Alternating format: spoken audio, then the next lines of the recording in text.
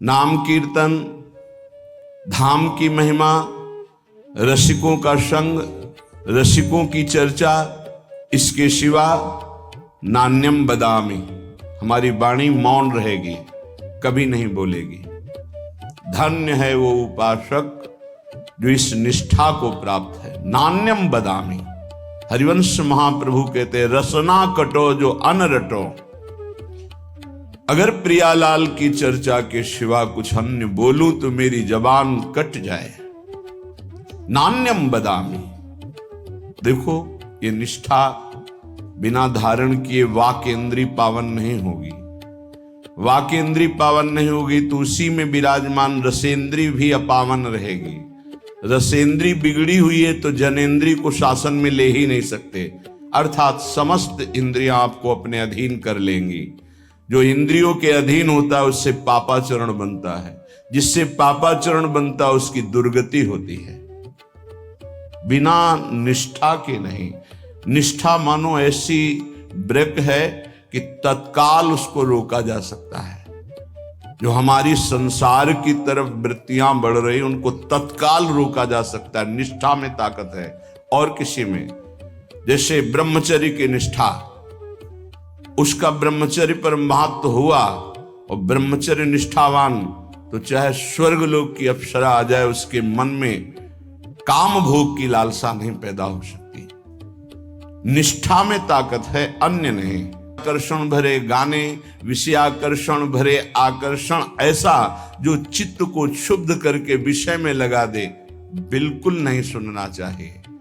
ऐसी परिस्थिति में यदि श्रवणेंद्री को शासन में लेने का युक्ति नहीं पता है तो कान में उंगली डाल लो और वहां से हट जाओ, नहीं तो श्रवणेंद्री को तत्काल अंतर्मुख किया जाता है। बाहर केवल जैसी चिड़िया चहचहा रही आवाज मात्र है, शब्द का बोध नहीं हो सकता, क्योंकि श्रवणेंद्री अंतर्मुख शब्द का चिंतन कर रही, नाम का। पर ये बहुत अच्छे उपासक की स्थिति होती है जहां आपको ऐसी स्थिति ना हो और प्रपंच वार्ता हो, भगवत चर्चा रहित वार्ता हो, कान में उंगली डालकर वहां से हट जाना चाहिए, चाहे जैसी सभा हो। नहीं तो उपासना खंडित हो जाएगी, उपासना बाधित हो जाएगी। ऐसा कौन साधक करता है? जिसका लक्ष्य बन गया है भगवत प्राप्ति। अन्यथा संयोग बना तो सत्संग भी सुन लिया, संयोग बना तो कुसंग भी सुन लिया। खलऊ करें भरी पाए सुसंगु और मिटे न मलिन स्वभाव अभंगु। दुष्ट स्वभाव के लोगों को भी कभी कभी भगवत कृपा से संत संग मिल जाता है, पर वो अपने स्वभाव के वशीभूत हुए सत्संग का लाभ न लेकर वहां भी अभिमान आदि दोषों से युक्त हृदय होने के कारण वो वंचित रहते हैं, सत्संग के प्रभाव से वंचित। खलऊ करहि भली पाई सुसंगु पर मिटे न स्वभाव मलिन अभंग। जो मलिन स्वभाव है वो उनका इतना कठोर हो गया है कि वो बदलना ही नहीं चाहते। तो अपने लोग तो बड़े कृपा पात्र हैं जितने सब सुन रहे हैं। तो नान्यम बदामी, वाणी से किसी की निंदा चुगली ये मत बोलो, भगवत चर्चा करो, नाम कीर्तन करो, गुण कीर्तन करो। जो संसारिक व्यवहार व्यापार की वार्ता है, पहले राधा बोलो, मध्य में राधा बोलो, बाद में राधा बोलो और उसको समर्पित कर दो, भजन बन जाएगा, महान सुख प्राप्ति का वो कर्म बन जाएगा, वो योग हो जाएगा। आगे कह रहे हैं न चिंतयामी, तो जो हम देखते हैं, सुनते हैं, बोलते हैं, इसका चिंतन होता है। इसलिए 3 बातों को कहा है। रसना कटो जो अनरटो, निरख अन फुटो नैन, श्रवण फुटो जो अन सुनो श्री राधा जस बैन। अगर किशोरी जी का जस नहीं है तो हम बोलेंगे नहीं, सुनेंगे नहीं, देखेंगे नहीं, क्योंकि जो बोला जाता है, सुना जाता है, देखा जाता है तो उसका चिंतन होता है। तो न चिंतयामी, अगर चिंतन ठीक करना है, चिंतन से भगवत प्राप्ति होती है। अनन्य चेता सततम यो माम स्मृति नित्यशः तस्याहम सुलभा पार्थ नित्य युक्तस्य योगिना। भगवान अनन्य चिंतन वाले को कहते हैं मैं उसे सुलभ हो जाता हूं, मैं स्वयं सुलभ हो जाता हूं। पर चिंतन करना बहुत कठिन बात है। बाहरी साधनाएं भगवत प्राप्ति की ऐसा कर भी सकता है कोई पुण्यात्मा, पर भगवत चिंतन निरंतर होना ये कोई महात्मा ही कर सकता है। महात्मा गृहस्थ में भी होते हैं, विरक्त में भी होते हैं। महात्मा एक स्थिति का नाम है, भेष का नहीं। अगर वेश है स्थिति नहीं तो महात्मा नहीं, भेष नहीं है स्थिति है तो महात्मा है।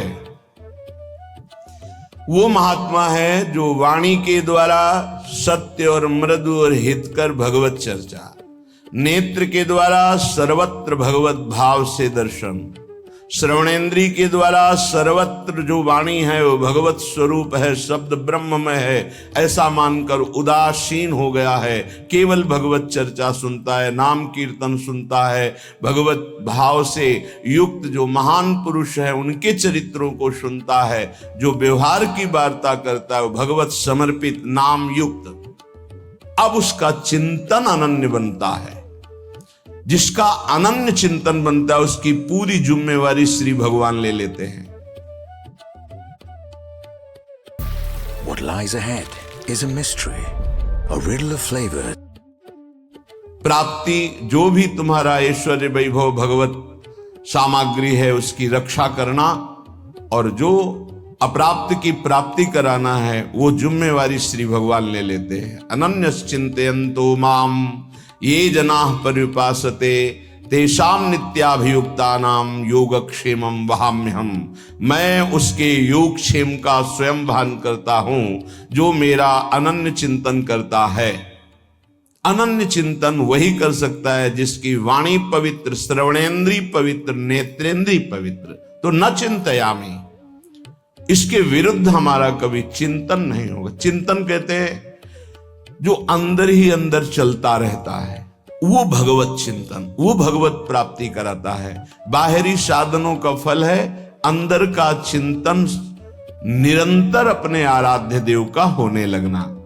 तो नान्यत ब्रजामि, एक भी कदम हम भगवद विमुख नहीं चल सकते। कहां जा रहे हो, क्या करने जा रहे हो, ये कभी विचार करते हो? तुम्हारे पैर कहां जा रहे हैं, तुम्हारा लक्ष्य क्या है जाने का? ये जो पैर चल रहे हैं किस दिशा में जा रहे हैं, किस हेतु से जा रहे हैं? संभालो। संसार के मार्ग में कुमार्गगामी चरण ना होने पावे तुम्हारे, नहीं तो आचरण नष्ट हो जाएंगे। आचरणहीन की दुर्गति होती है। कहां जा रहे हो? मदिरालय? रोको अपने चरण को। कहां जा रहे हो? गलत आचरण करने जा रहे हो? रोक लो अपने पैर को, वापस लौट आओ। जिस यात्रा में यात्री अपने मार्ग को नहीं पहचानता वो भटक जाता है, वो भूल भुलैया में फंस जाता है, फिर उसका जीवन पूरा नष्ट हो जाता है। ये ऐसी भूल भुलैया माया की है। एक बार इस दलदल में फंस गए, निकलना बड़ा कठिन है। सत्य मानिए, हर इंद्री का दलदल है। जनेन्द्रीय के भोग में फंस गए, निकलना मुश्किल। रसेंद्रीय के स्वाद में फंस गए, निकलना मुश्किल। नेत्रेंद्रीय के रूप में फंस गए, निकलना मुश्किल। ये बहुत विचित्र भगवान की माया। कहां जा रहे हैं तुम्हारे चरण, किस दिशा को, क्या लक्ष्य है? विवेक के द्वारा रोक लो। अगर सही दिशा है तो उत्साह संपन्न होकर नाम जप करते हुए जाओ। अगर गलत लक्ष्य है तो तत्काल रोक लो, जबरदस्ती वापस हो जाओ। ऐसा संग, ऐसा रंग न चढ़ने पावे कि पूरा जीवन माया में व्यतीत हो जाए। यहां निष्ठा की बात कह रहे। मैं धाम निष्ठ हूं, एक कदम भी वृंदावन की सीमा के बाहर नहीं जाऊंगा, चाहे प्राण निकल जाए, चाहे जितना भयानक पीड़ा हो, रोग हो, कष्ट हो, धाम नहीं छोड़ेंगे। सच्ची मानिए, निष्ठा में बहुत बड़ी ताकत है। बड़े बड़े चमत्कार इस निष्ठा में देखे, बड़ा बड़ा परिवर्तन देखा।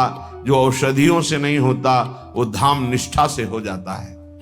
धाम निष्ठ को कभी व्याकुल होकर, रोग से पीड़ित होकर, समस्याओं से पीड़ित होकर भागना नहीं चाहिए। हर समस्या का समाधान यही हो जाएगा, क्योंकि ललीजू के जो चरण हैं वो सुरतरु काम धेनु चिंतामणि, भगवत रसिक अनन्य अली के, जावक जुत जुग चरण लली के, यही विराजमान है स्वामिनी जी। एक बार नहीं, लाखों बार की बात है। आपकी निष्ठा केवल हो तो सेकंड लगता है, सेकंड पूरा होते होते वो बात सामने होती। कितने लाखों बार की बात कह रहा हूं, सेकंड पूरा होते होते वो बात सामने होती। फाइनल में मिनट, घंटे, दिन, ये तो बहुत बड़ी बात है। सेकंड पूरा, अच्छा ये ऐसा, बस इतना सामने। तब लगता है क्या पहले व्यवस्था होती, बाद में प्रश्न होता, उसके उत्तर की पहले व्यवस्था होती, बाद में प्रश्न होता है। यहां समस्या का समाधान करने के लिए बाद में प्रार्थना होती, समस्या का समाधान पहले हो जाता है।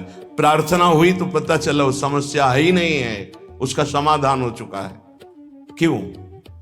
सुरतरु कामधेनु चिंतामणि भगवत रसिक अनन्य अली के स्वामिनी जी के चरणारविंद कल्पतरु है, चिंतामणि है, कामधेनु है।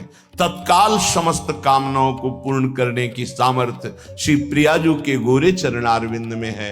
और वो अपने महल में यहां विराजमान है, ये उनका महल है। ऐसा कौन सा कष्ट है जो तुम्हें इतना विचलित कर दे प्यारी जू के महल को छोड़ने के लिए?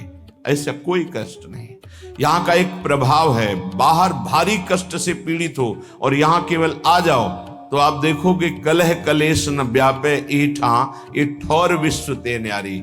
यहां आते ही एक उस क्लेश का समन होने लगेगा और आपको एक आनंद की अनुभूति होने लगेगी। चाहे आप मानसिक रोगी हो या शारीरिक रोगी हो, यदि आपको रसिकों का संग मिल गया और वृंदावन का आश्रय, तो आप देखेंगे कि वो आपको प्रभावित नहीं कर पाएगा। रहेगा, प्रारब्धानुसार शरीर में रहेगा, प्रभावित नहीं कर पाएगा। बड़ी अद्भुत चमत्कारमयी वृत्ति वृंदावन की। एक परिचय के थे शिष्य, उनको कैंसर हुआ। फिर उन्होंने सूचना दी कि बहुत भयानक स्थिति है, किसी भी तरह अब हम बचने वाले नहीं। जब ये सुना, उससे प्रार्थना की कि अगर आपकी थोड़ी भी श्रद्धा है तो चाहे जैसी परिस्थिति हो वृंदावन आ जाइए, बस एक बार आ जाइए आप। उसने कहा ऐसी समस्याओं में अस्पताल में भर्ती हैं ये। उनके पुत्र ने कहा आने लायक तो है ही नहीं, तुमका जाना तो है ही, फिर आ क्यों नहीं सकते? तुम जैसे बने। तो यहाँ एक बैठे हुए संत भगवान, वो उनको बहुत सपोर्ट किए, वो आए। ये जो सामने है वेदांत, भक्ति वेदांत, इसमें भर्ती हुए। शाम के हितधाम में रहते थे, शाम के वहां गए, बहुत ही कष्ट, रो पड़े। उन्होंने कहा भयानक कष्ट है, राधा राधा राधा राधा। श्री जी का प्रताप, उन्होंने कहा हटाइए, सब हटाइए हमारे शरीर से, बस हटा दीजिए जो मैं कह रहा हूं। एकदम आवेश आया, सब हटवा दिया, काम हो गया। राधा राधा चल दिए। बाहर निकल के आए, थोड़ी देर बाद पता चला वो श्री जी के पास गए। तो उनके पुत्र बता रहे थे उस समय से कुछ नहीं, वो जो उनके यंत्र सब लगे हुए थे, वो कहा मेरा कोई कष्ट नहीं, अब मुझे श्री जी बुला रहे, मैं जा रहा हूं। कितने दिन भोगना पड़ता, न जाने कौन कौन से प्रारब्ध उदित हो जाते हैं जीव के अंतर्गत। विश्वास कीजिए, धाम नाम और भगवत प्रेमी महात्माओं का आश्रय ये बड़े बड़े प्रारब्धों को नष्ट कर देता है। वो अपने शरीर में प्रारब्ध लेकर भोग सकते हैं, लेकिन वो प्रारब्ध को नष्ट करने की अपार सामर्थ्य रखते हैं धाम प्रेमी, नाम प्रेमी, प्रियालाल के चरणारविंद के अनुरागी जन। तो नान्यत ब्रजामि, कुछ भी हो जाए, जिसने ये नियम ले लिया, अनंत जन्मों के पाप भस्म हो जाते हैं, उससे भगवत प्राप्ति हो जाती है। इस रज का अद्भुत प्रभाव। ना भजामि ना चाश्रयामि, अब मुझे कोई कितना भटकाना चाहे, मैं प्रिया प्रीतम के सिवा और किसी का भजन नहीं कर सकता। ये निष्ठा होनी चाहिए। अपने गुरुदेव इष्ट देव में जिसकी निष्ठा नहीं है, कुछ भी कर ले, हाथ कुछ नहीं लगता। ये माया है, बड़ी प्रचंड और प्रबल है, एक क्षण में तुम्हारा जितना सुकृत है सब लूट लेती है। गुरु कृपा पात्र हरि प्रियाजू के चरणारविंद की निष्ठा तो माया कोई है ही नहीं। मां माने नहीं या माने जो, जिसकी सत्ता ही नहीं उसका नाम माया है। न चाश्रयामी, भूल से भी किसी का अन्य का आश्रय हम नहीं ले सकते। अंदर से देख लीजिए, भूल कर भी प्रियालाल का आश्रय नहीं और सब आश्रय हैं। बैंक बैलेंस का आश्रय, व्यक्ति का आश्रय, पदाधिकारी का आश्रय, शरीर का आश्रय, संबंधियों का आश्रय, नाना प्रकार के आश्रय हैं, लेकिन प्रियालाल का आश्रय नहीं। एक आश्रय दृढ़ हो जाए और सब आश्रय छूट जाए तो अभी भगवत प्राप्ति हो जाए, अभी इसी क्षण प्रियालाल का साक्षात्कार हो जाए। आश्रय में कमी रहती है। वो पता तब चलता है जब सुख या भारी दुख की संयोग वृत्ति होती। भारी सुख मिला, मैंने किया ऐसा ऐसा तो मुझे मिला, या अमुक ने सहयोग किया ऐसा, वो प्रियालाल को नहीं देख पाता। भारी दुख की परिस्थिति है, अमुक को फोन करो, अमुक का परिचय उसको याद आता है, प्रियालाल का नहीं। ये अनाश्रित का लक्षण। और आश्रित का चाहे जितना सुख आवे, मेरी किशोरी जी की कृपा, वो देखता है कृपा। चाहे जितना दुख आवे, वो उसमें भी उनका विधान देखता है। मेरी लाडली जो कोई मंगल विधान कर रही, उसका कहीं किसी और की तरफ अंदर से वृत्ति नहीं जाएगी। ना चाश्रयामी, मैं किसी अन्य का आश्रय नहीं ले सकता। पश्यामि जागृति तथा स्वप्नेपि नान्यत। आहा, अन्य किसी का न जागृत में न स्वप्न में। जैसे कभी कभी कोई साधक कहते हैं हमारे स्वप्न में ऐसा ऐसा, आप ये समझ लीजिए कि आपके अंदर जो चल रहा होता है वही स्वप्न का स्वरूप मन प्रकट करता है। यदि आपके अंदर वासनात्मक स्वप्न आ रहे हैं तो आप वासना का चिंतन करते हैं, वासना का ही आश्रय लिए हैं, आप प्रभु का आश्रय नहीं लिए। प्रभु का आश्रय लिए हैं तो पक्का बड़े बड़े संत महात्मा आएंगे, भगवत चरित्र की कोई न कोई स्फुरना होगी, स्वप्न बड़ा मंगलमय होता है। कभी गंदे स्वप्न आ ही नहीं सकते। जब तक गंदे स्वप्न आते हैं तो जागृत अवस्था में कुछ गंदगी आप बटोरते हैं, वो क्रिया के द्वारा हो या चिंतन के द्वारा हो। यदि जागृत का आप पूर्ण रूप से पावन समय व्यतीत करते हैं तो स्वप्नावस्था अपने आप मंगलमयी हो जाएगी। ये स्थिति पहचानी जाती है साधक की कि किस कोटि का साधक है। स्वप्न गंदे कभी नहीं आ सकते और स्वप्न आने का समय ही नहीं रहता। बहुत कम निद्रा के लिए समय दिया जाता है, तो उस समय जो होता है वो भागवतिक स्वप्न आएंगे या कोई आदेश होगा, संकेत होगा, अन्यथा नहीं। जागृत स्वप्न सुसुप्ति स्फुरत में राधा पदाब्ज छटा। यहां श्रीपाद कह रहे पश्यामि जागृति तथा स्वप्ने भी नान्यत। ना जागृत में ना स्वप्न में किंचन मात्र किसी अन्य का चिंतन, अन्य का आश्रय नहीं। स्वप्न गंदा, चिंतन आपका गंदा है इसलिए आया है। उसे नकारिए नहीं, स्वीकार कीजिए और चिंतन को बदलिए। नहीं, जो स्वप्न है वो प्रमाणित करता है आपकी स्थिति क्या है। जैसे संसारिक लोगों के ऐसे ही कल्पनात्मक वृत्तियां वो पकड़ नहीं पाते, वही सब उसको स्वप्न में दिखाई देता है। महाभागवत जनों का स्वप्न अपने आराध्य देव का होता है। श्री राधिका रति विनोद वनम बिना हम, बिना वृंदावन के हमारा कोई अस्तित्व नहीं। धन्य है, श्री वृंदावन के बिना हमारा कोई अस्तित्व नहीं, अन्य कोई आश्रय नहीं। अपना अस्तित्व वृंदावन प्रिया प्रीतम, अपना आश्रय वृंदावन प्रिया प्रीतम। इसका फल क्या होगा? श्रीपाद कह रहे हैं कि वाण्या गद गदया कदा मधुपतेर नामान संकीर्तये धाराभिनयनां भसाम तरुतल क्षोणीम कदा पंकये दृष्ट्वा भावनया पुरो मिलदिव स्वान्तैक भोग्यम महो द्वंद्व हेम हरिन्मणिच्छवि कदा नंसे मुहुर्व्यूहला। इस निष्ठा का परिणाम क्या होता है? तो बोले वाणी उसकी गदगद अवरुद्ध हो रही और कीर्तन कर रहा है। वाण्या गद गदया कदा मधुपतेर नामान संकीर्तये। श्री श्यामा श्याम का नाम कीर्तन करते हुए वाणी गदगद हो गई, अवरुद्ध हो गया कंठ। धाराभिनयनां भसाम तरुतलक्षोणिम कदा पंकये। किसी लता वृक्ष के नीचे बैठकर हा राधा कहता हुआ रो रहा है, और जहां बैठा है वहां की भूमि को आंसुओं से गीला कर दिया है। धाराभिनयनां भसाम तरुतल छोड़िम कदा पंकये। सोचो, यहां स्वार्थ में तो आंसुओं की झड़ी लग सकती है, अगर स्वार्थ में ठेस पहुंच जाए तो। मोह में आप रो सकते हैं, लेकिन प्रियालाल के लिए नहीं रो सकते। अगर कहीं प्रियालाल के सामने, मानो मंदिर में प्रभु के सामने कोई रोता नजर आवे, तो विश्वास नहीं है कि वो प्रभु के लिए रो रहा है।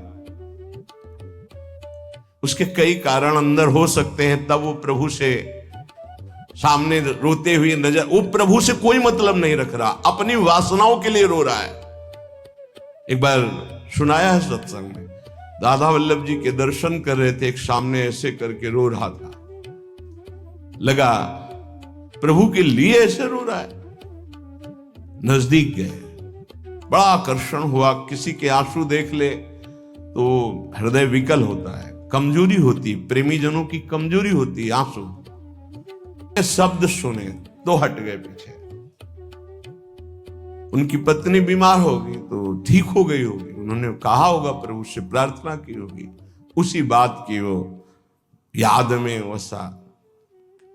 ये तो कोई महत्व है, प्रभु के लिए रो रहा हो, धन्य धन्य उसका जीवन कि नाथ बस आप चाहिए, आप खुश रहो, आप प्रसन्न रहो, हे प्रभु ऐसा आर्तनाद, या हे प्रभु आप कब मिलोगे, कैसे मिलोगे, या हे प्रभु आप अपना चिंतन दे दीजिए, नाम जप दे दीजिए, ऐसा रो रहा हो।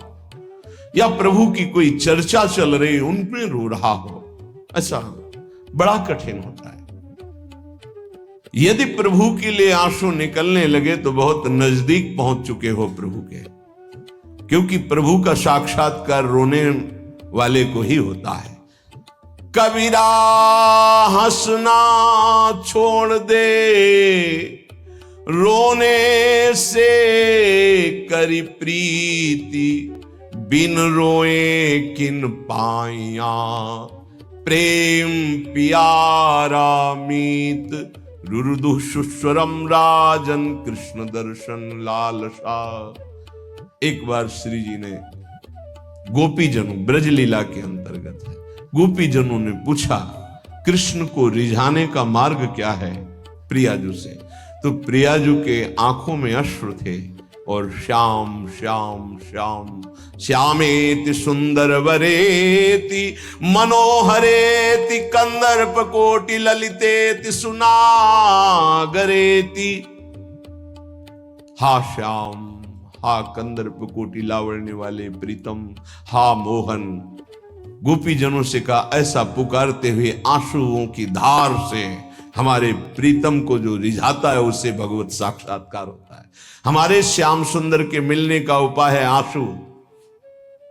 जो आंसुओं से कपोल भिगो रहा है, वस्त्र भींग गए हैं, और यहां तक कि छौणी कदा पंकहे, नीचे जमीन भी गीली हो गई, इतना रोता है।